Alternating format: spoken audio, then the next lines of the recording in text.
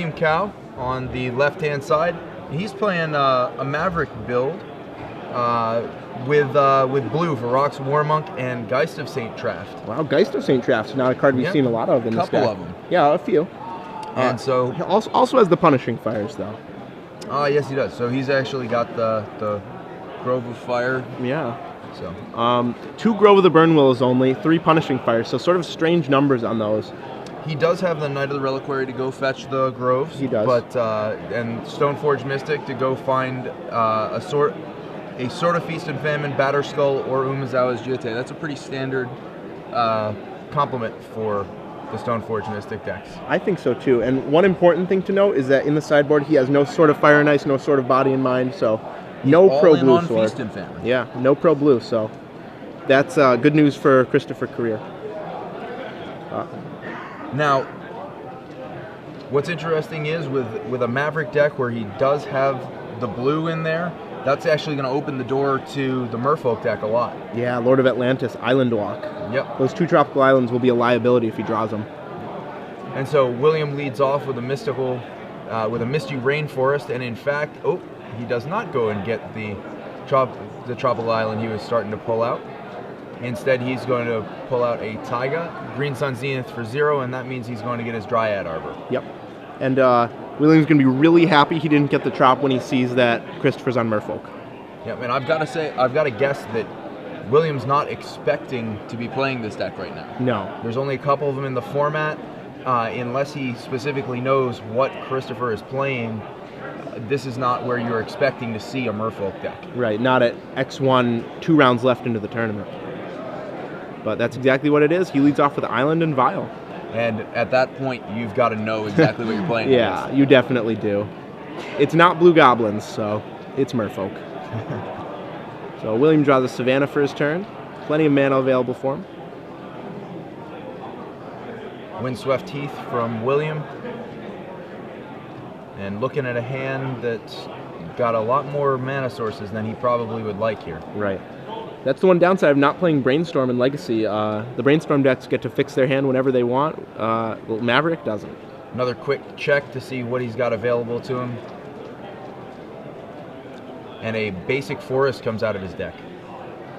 Yeah, he knows he wants to limit the number of non-basics and avoid any islands, obviously. Now, Christopher actually doesn't have anything to punish non-basics in his main deck. Oh, wow, I didn't even notice that. He has 0 Wastelands. 4 Mutavault, 4 Mishra's Factory, 12 Island. That's really unusual. And there are a lot of ways that the Merfolk deck can get aggressive about that. But right. Scavenging Ooze from William follows up. Christopher looks like he needs to refresh his... I think the judge is reading it, actually. Judge is refreshing his knowledge on the Commander card, Scavenging Ooze. It's interesting how much of an impact those Commander cards have had on Legacy. Scavenging Ooze is really good. Yeah, the one that I think a lot of people thought was going to make much more of an impact is Flusterstorm, right. Which just didn't do it. Mutavault from Christopher, and 2 allows him to drop a Standstill, and I'm not sure... I don't know if that's good for him or not. He does have the Vial, but if William's able to deal with the Vial in any way, then we're looking at a situation where William has the pressure on the board. Right.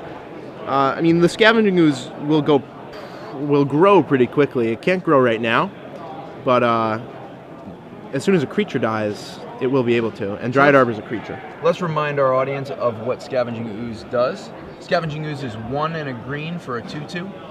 For 1 green, you can exile target card from a graveyard. If it was a creature card, you put a +1/+1 counter on Scavenging Ooze and you gain 1 life. Yep, exactly. So if you exile a non-creature, you neither gain a life nor put a counter on it.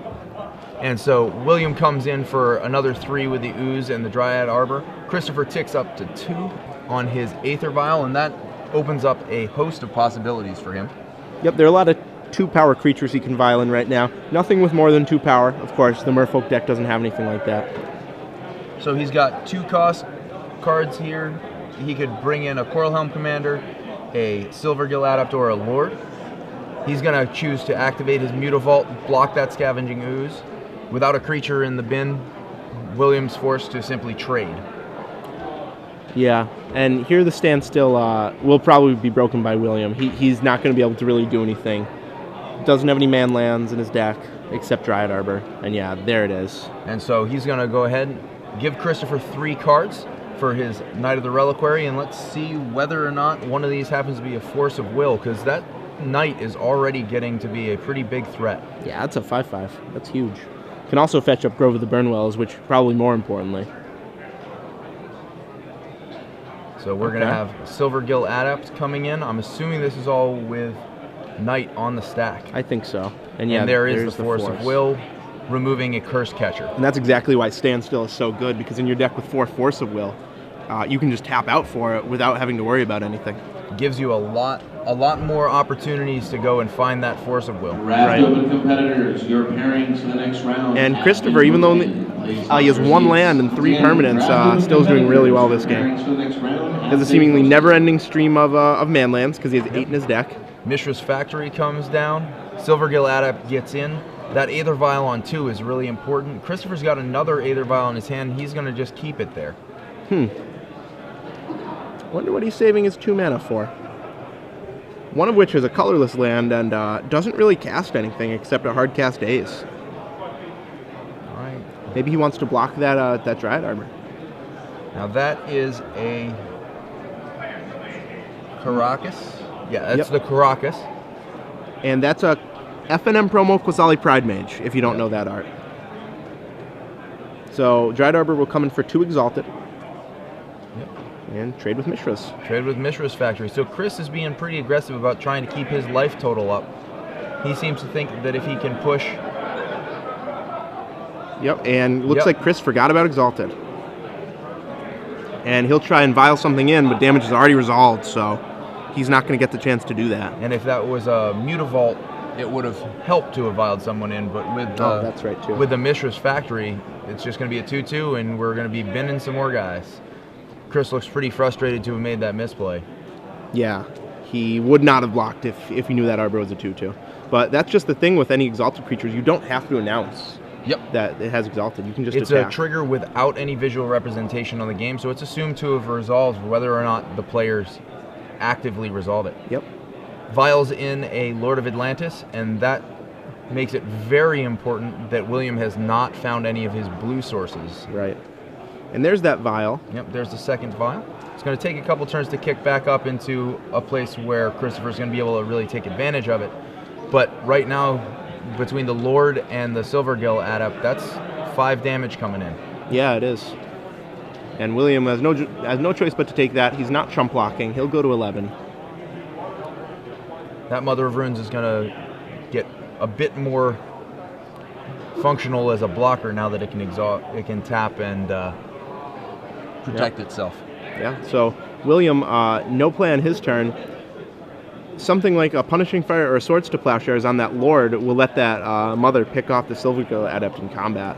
I haven't seen a Punishing Fire in hand yet, but he's not showing us his hand, keeping it pretty close to the vest. Second Mishra's Factory from Christopher, and it activates one of them. Yep, so he has 7 points of power here, attacking. And so Mother's going to hop in front of the Silvergill Adept. Factory's going to pump the other factory. Yeah, it's really interesting that William Cow has drawn neither Swords to Plowshares nor Punishing Fire. He has 7 copies in his deck. And that's another 5 damage off of William. Yep, he goes to 6. And he seems to be flipping through those cards, hoping that they're going to change. This is probably, another Knight. And let's see whether or not Christopher has found an answer here, or whether or not he's going to have to deal with...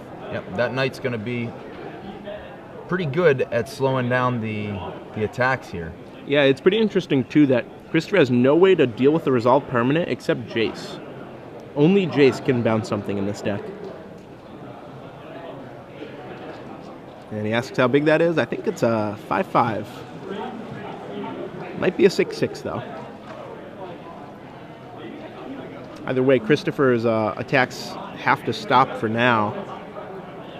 At most, he can deal 4 damage this turn unless he has Yep. another Lord. He could push through. He'd lose one guy. Yep. He'd probably lose both guys because the Lord would get blocked and the Silvergill would get blocked, which would drop down.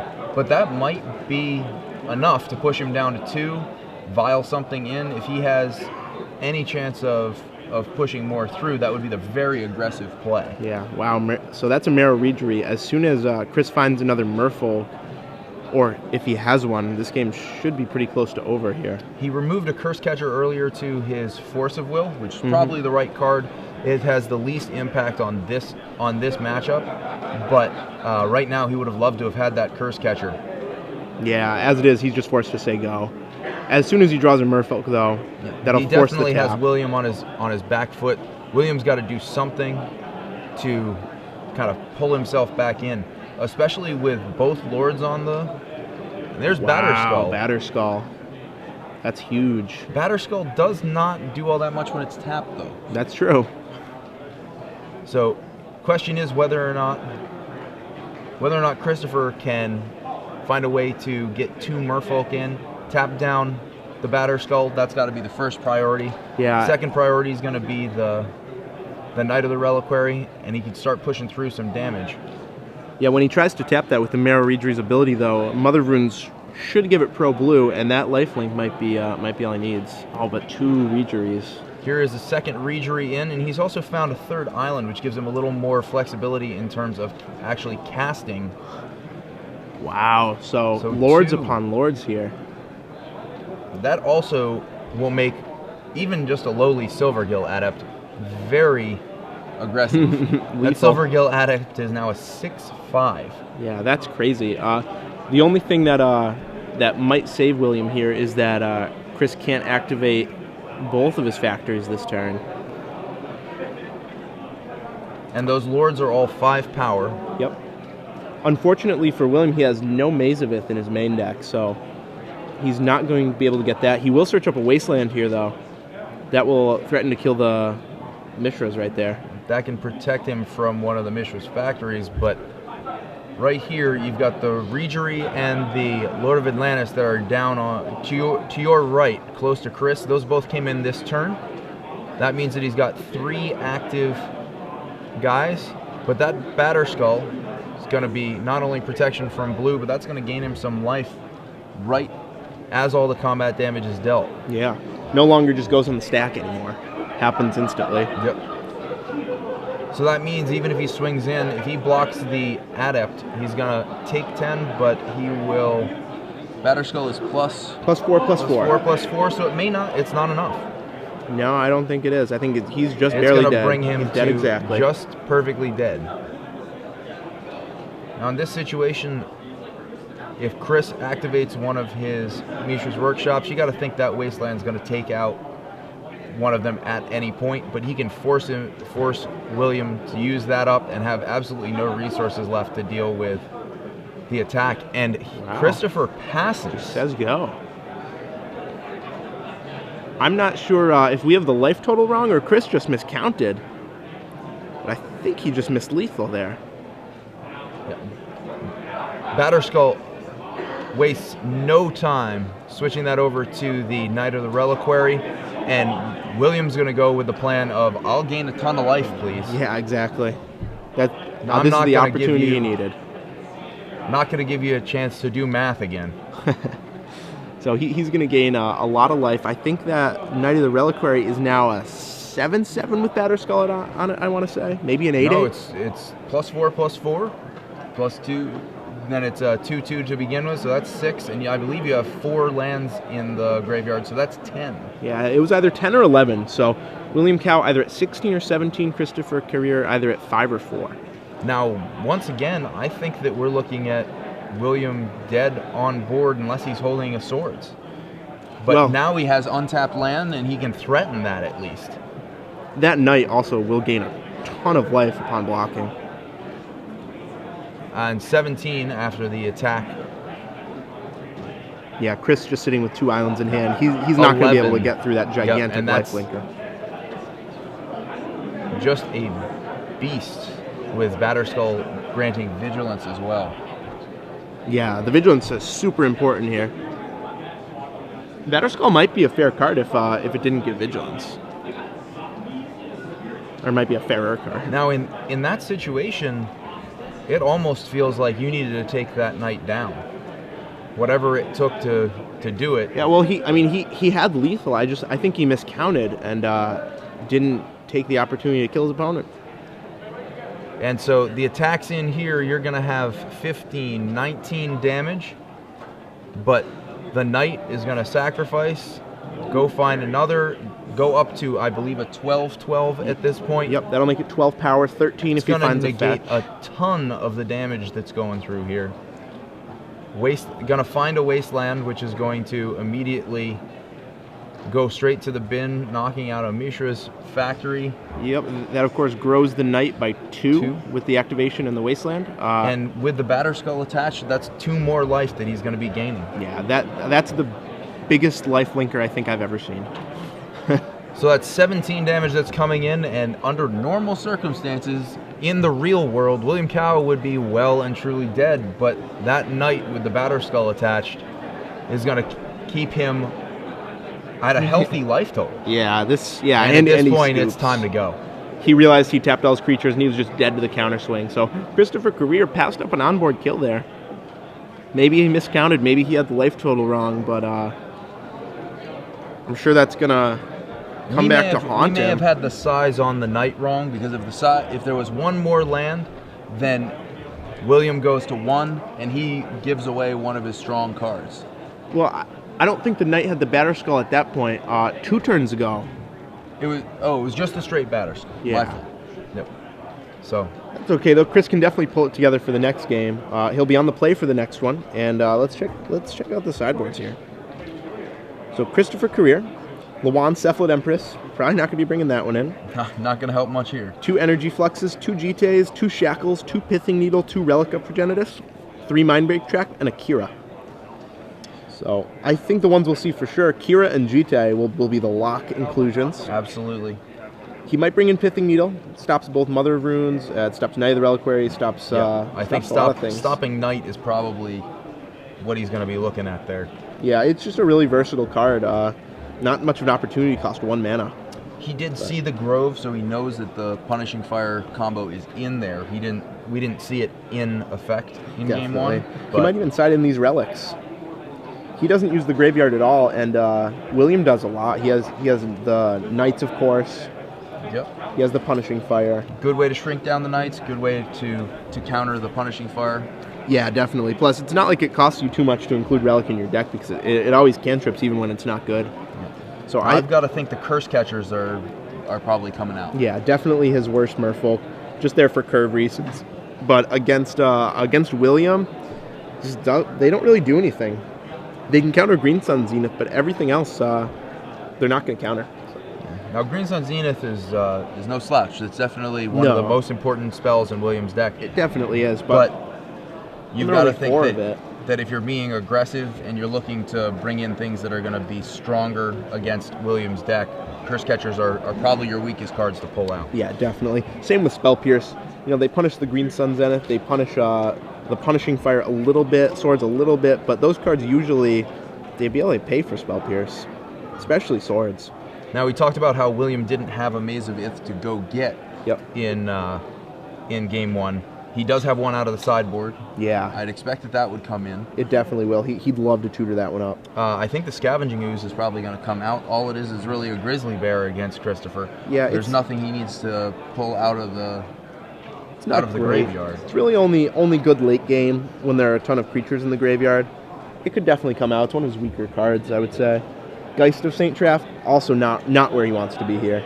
Yeah, he gets blocked by a ton of things, and with Aethervial there to surprise you with what's going to be able to jump in the way, right, the Geist is most likely just going to get knocked down the first time that it goes in to fight. Right. I also expect William to side out one of his 2 tropical islands, just because he can't afford to ever search that up. He probably wants to keep it in because the 1 Rocks Warmonk card's really good against Merfolk. But that's it. Once the Geists are coming out, he might take that other Rocks Warmonk out as well as the 2 islands. Yeah, he might. And move towards a different plan. Yeah, he does have a Sylvan Library. The Maze of Ith we want to come in.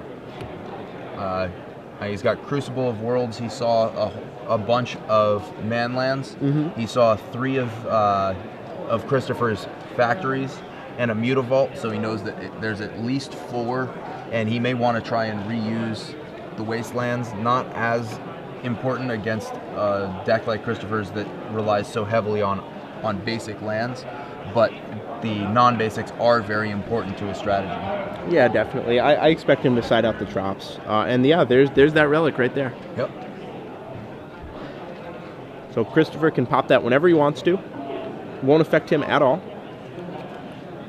William leads with a Savannah into a Noble Hierarch, and we're ramping again. Yep, definitely the start he wants. William is expecting a daze here. And there it is. There it is. Yep. Not a trade he's too upset with. Without Chris having Aether Vial, that's not too bad. He doesn't have any pressure, and he has to return his only land. And away goes the Noble Hierarch, as the relic keeps William's graveyard empty so that he can start knocking out lands should they fall in there. There's A Horizon Canopy. Not the land he wants, but he'll take it. Taking pain against Merfolk from your lands is not what you want to be doing. And passing over with no play on turn 2. Yep, chooses not to cast his GT, does not want to get that dazed. That one's too important to get dazed. He also has a Green Sun Zenith we saw there that he could have dug for his Dryad Arbor, even playing around days. And there is a GTA from Christopher. Yeah, and that will certainly get either Legend Ruled or Ghazali Pride Maged. We'll see which one. So far, William's been pretty hesitant to really play into days. And there's GTA. Yep.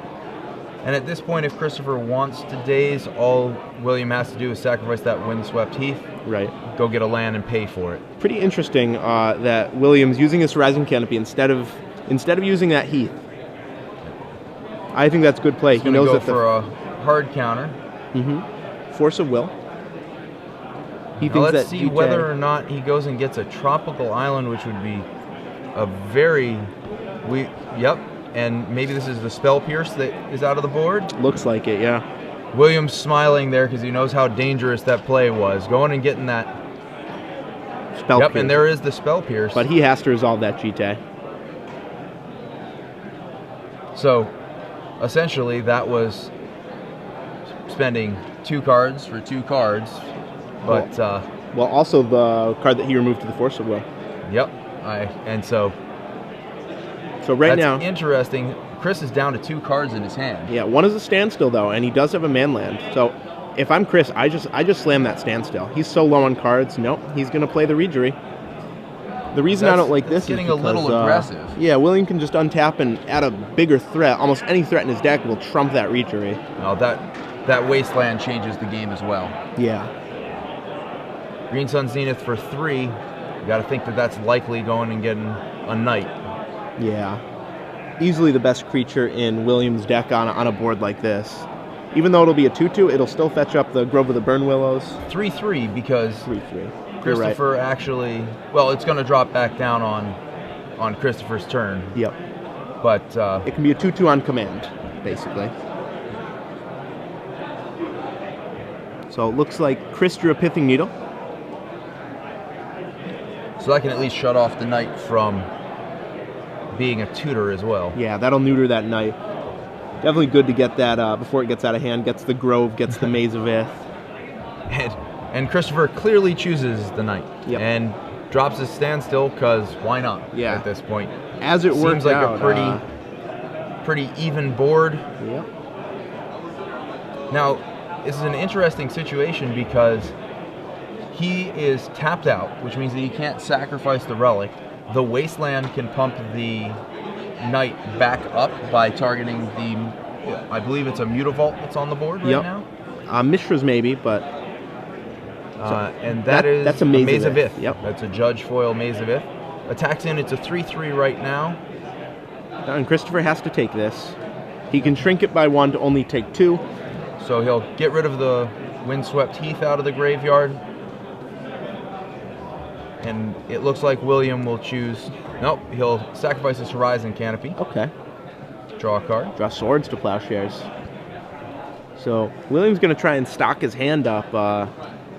He seems perfectly content right now to sit back, wait, and just build hands because Knight of the Reliquary, even turned off by Pithing Needle, he's got plenty of different ways to pump that up all on its own. He's got the Wasteland. He just dumped the Horizon Canopy.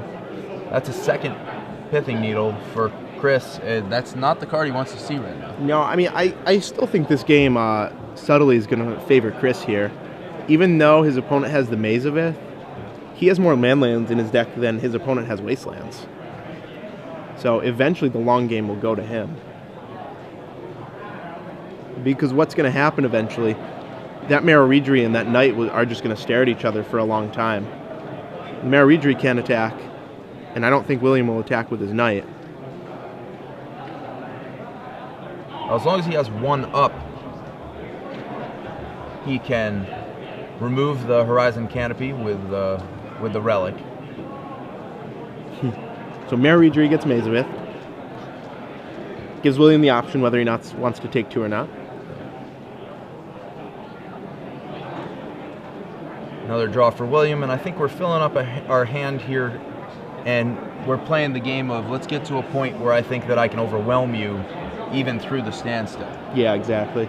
And another reason this is going to favor Chris is because William doesn't actually have that many lands that produce mana. He has a lot of fetch lands, so he's going to thin his deck out of lands.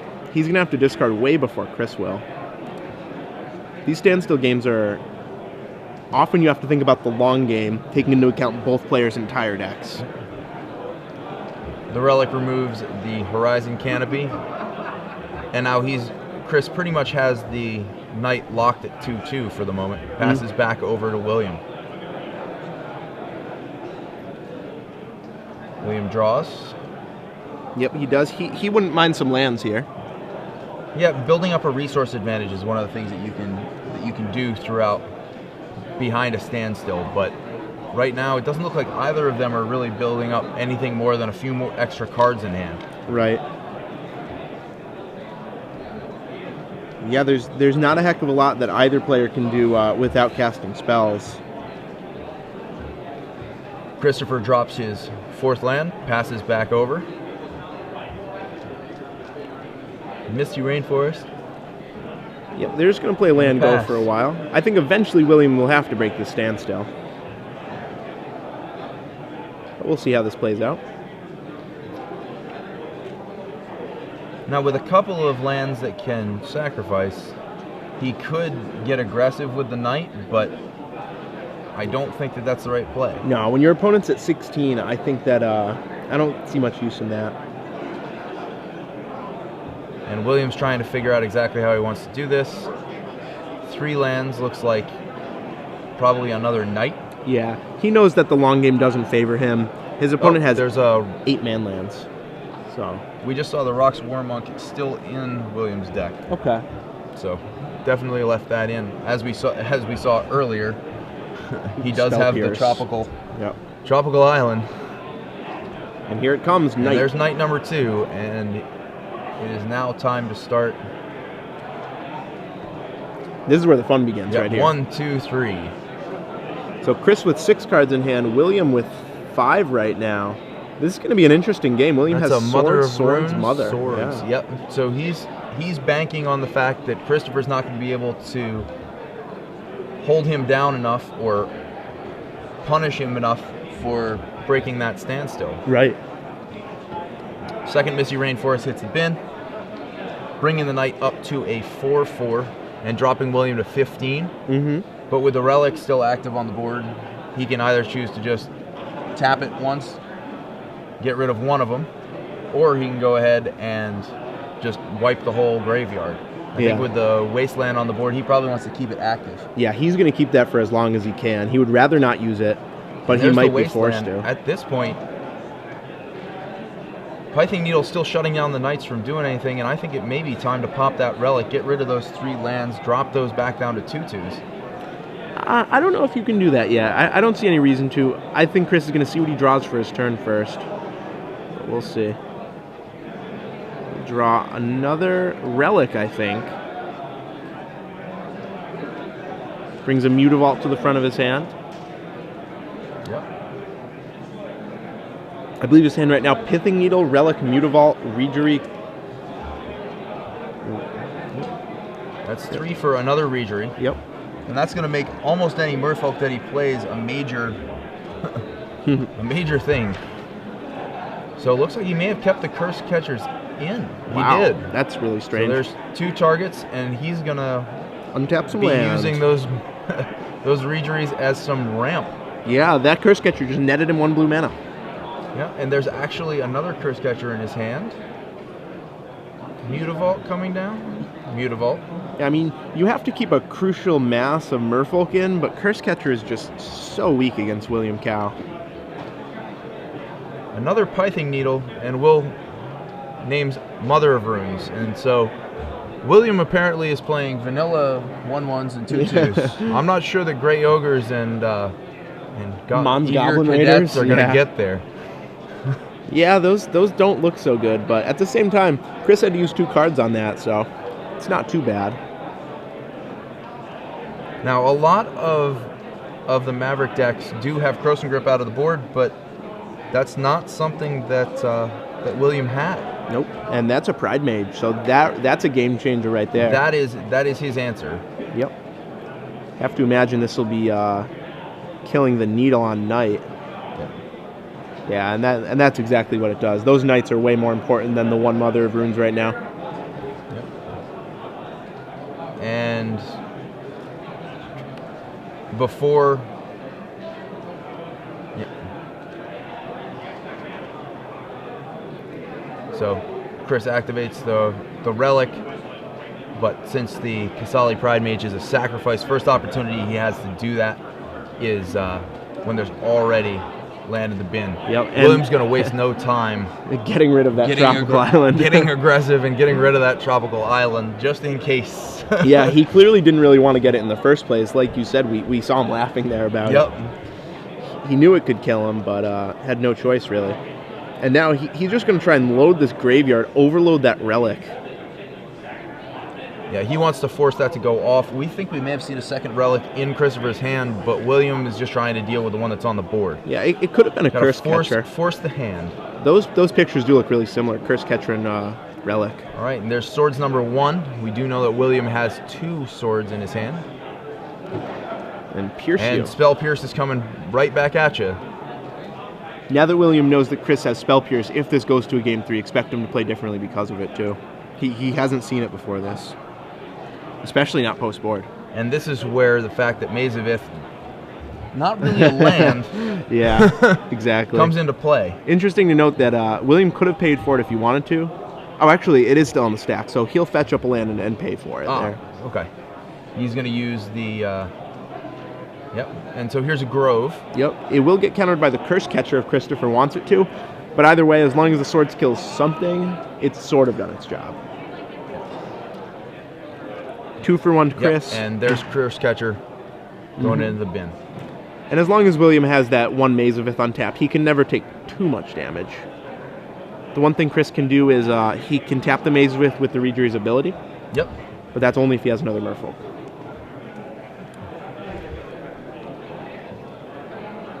So double Reejerey threatens to be pretty good for any Merfolk that comes down. We do see there is a Mutavault. It's still pretty interesting. We still don't know who's winning this game. A ton of turns into this Legacy game. We don't know who's winning, which is pretty unusual. Here's Silvergill Adept, revealing another Reejerey. So the Reejerey triggers. We'll see what he does with them. Have to imagine one will we're tap gonna Maze. tap the Maze of Ith. Yep. One taps Maze. And the other one, what I would do, I would untap my Relic, I think. But no, And he'll tap down because he's just going to try and push in some damage here. Right. And so at this point, 3 for, I assume, the other Reejerey.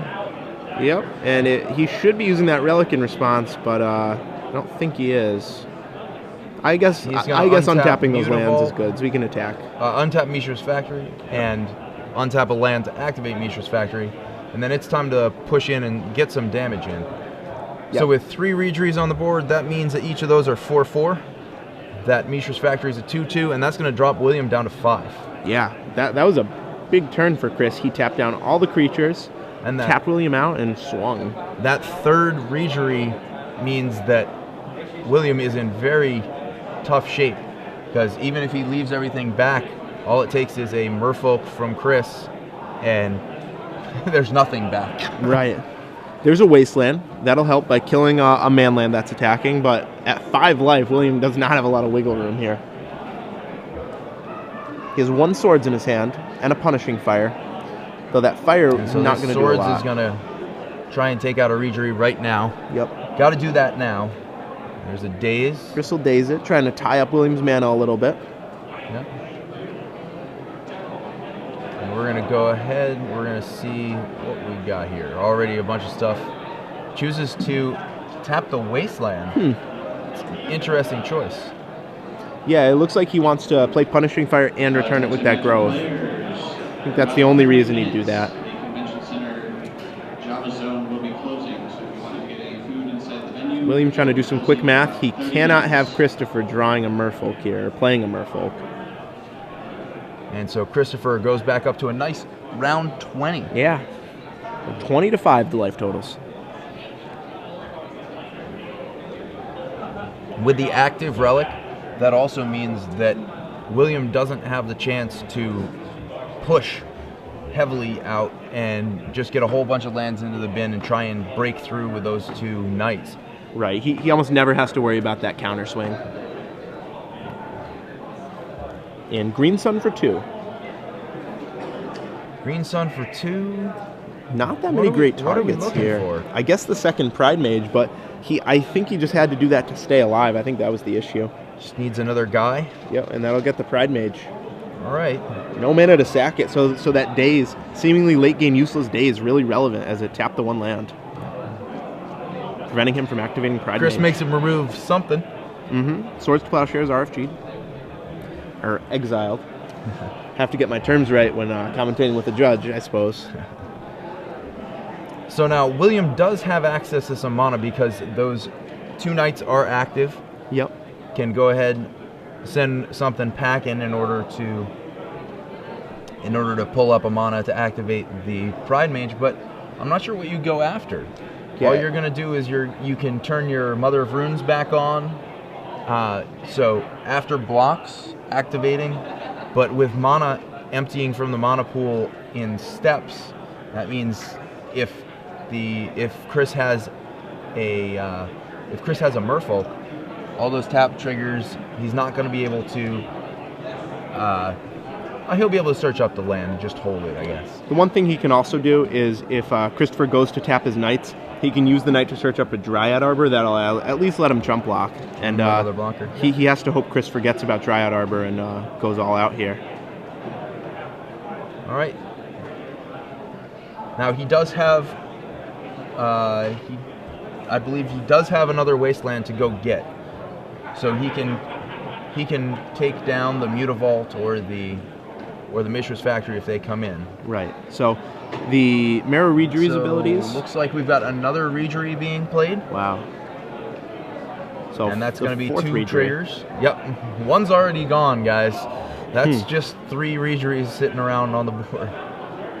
So Maze of Ith is tapped from the Regery's ability. Yep. As Knight. is the Knight. Knight sacrifices a Savannah? Yep. Sacked Yep. a Savannah, got a Taiga. Got a Taiga. So the current stats of those Knights are 3/3.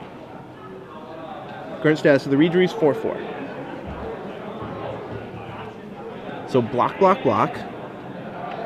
This is probably a search for a fetch. They'll definitely. Taiga goes away. That takes it to 4/4.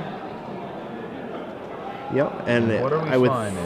think he Wasteland? should get a fetch here. I think he wants to make that Knight a 5/5 so it Really lives through wants to combat. get the Groves. He must have a Punishing Fire that he thinks he's going to be able to be pretty aggressive with.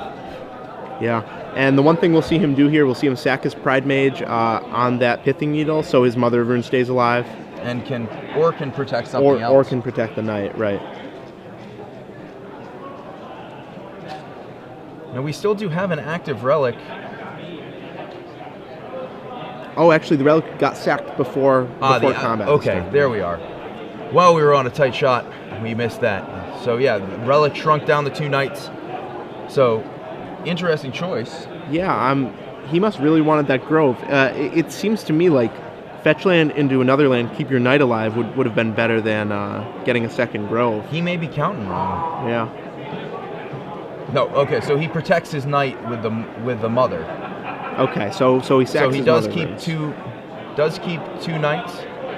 Takes a little bit of damage down to trades directly out with one of the Regeries.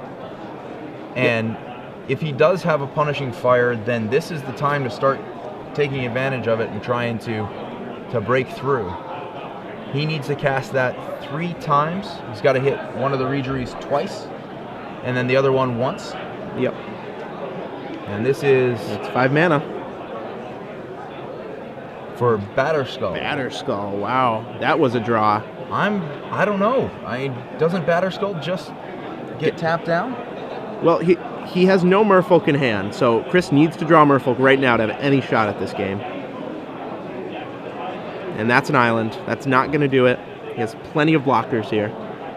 And once again, Batterskull seems to be bringing him back from the brink. Yeah, what a good card, huh? So he's playing every format. Pretty strong. Well, maybe not vintage. So Chris trying to figure out if he can attack. Here, he needs to tap down the Batterskull, and that's not working. No, he has no way to do it. He has 2 islands in hand. He can't trigger those Regeries. It has to just back over. And that'll pretty much be all she wrote for Christopher Carire. That Batterskull is going to go on to a knight again. You've got to think so. And he didn't grow his knights end of turn. Interesting. Yeah. I think he's happy with the mana that he has. Yeah, but every knight grown by 1 is 1 more life he gains. And so here's the knight coming in. 1, 2. 4/4, I think. +4/+4. 2. Should be an 8/8. That's huge. That takes him out of range. Yeah, pretty much equalizes the life totals, brings him to 13, and drops his opponent to 12. And that's not a Merfolk either. Force of Will is not a Merfolk and is not exciting when you don't have another blue card in your hand. No. I mean, he can pay 5 for it, but all the cards he's worried about are on the board right now. And Christopher Carire, needed a Merfolk last turn, needed a Merfolk this turn, didn't get it. Certainly the aggressive deck in the early going may have sacrificed his relic a little bit prematurely. Yeah, I didn't really like that too much. Here's a Stoneforge Mystic. And he'll check to see which equipment he still has in his deck. Umezawa's GT got Legend ruled very early, Batterskull in play. That's probably just a Squire at this point. If the sword is still in, he can go find the sword. Here comes the knight in again for 8. And William's just putting himself out of reach. Yeah, he is. Even if Christopher traded with those knights by trading with all his creatures, the Batterskull can just pick itself up and plop right back down again.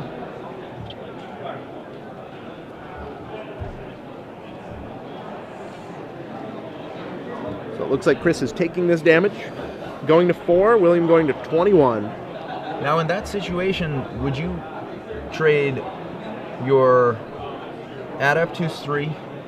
You could activate your Mutavault to be your Adepts 4. Your Mutavault would be 4. Would you be willing to trade those 2 in order to knock down one of the knights? Although even then, all he's got to do is go and and then he just sacrifice another land. I mean, you have to fully commit there. Yeah, he should have traded a little earlier, I think. I'm not sure the first time or the second time, probably the second, but he definitely needed to trade. Here's a knight. Here's a Silvergill Adept for 5. You're not going to see that very often. Nope. 5 mana Adept. 2 triggers. So taps down the knight, and I didn't see what the other trigger was. Yeah, he should have to declare them both right now. Yep, and that's what the table judge says. So 1 trigger targeting Regery. So he's looking for.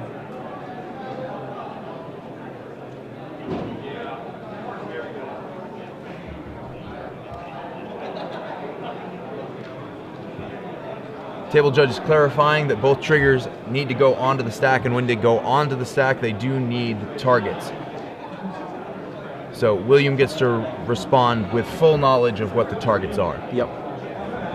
And a good point by Jacob Corey on Twitter. The Maverick player is playing around Submerge, which is definitely smart. A card that not many Merfolk lists play anymore, but it's still definitely worth it to play around it when William almost had the game locked up. So, yep, definitely true. A card that's easy to forget about. Yep, and it's definitely a reason to be very careful with your fetch lands. Right. And if you're a Merfolk player, it's one of your few outs is the Submerge in response to a fetch. Yep. I think though if he had a Submerge at that point, he would have used it would have been then. played by this point. I think that there were a couple of points where Submerge would have been game. Right, like say maybe a Submerge off the top of the deck. When William first played Batterskull. Right. And so Wasteland takes down the Mutavault. And 3, 6, 10. It's only 10 damage. It's less than half William's life, and that's not enough, boys. That's not enough. No. And I don't know what his play is here. He's dead on board. He's got to be pickup. Yeah, he doesn't want to accept it. He doesn't want to scoop him up, but he's just dead. William doesn't even bother to Mazavith. Punishing Fires. Returns the Punishing Fire. And turns creature sideways. And that's the game. There's the hand. Congratulations, William Cow. All right, so that's actually a very interesting matchup because in both games it looked like Christopher had the upper hand early on, and Batterskull from William Cow was a big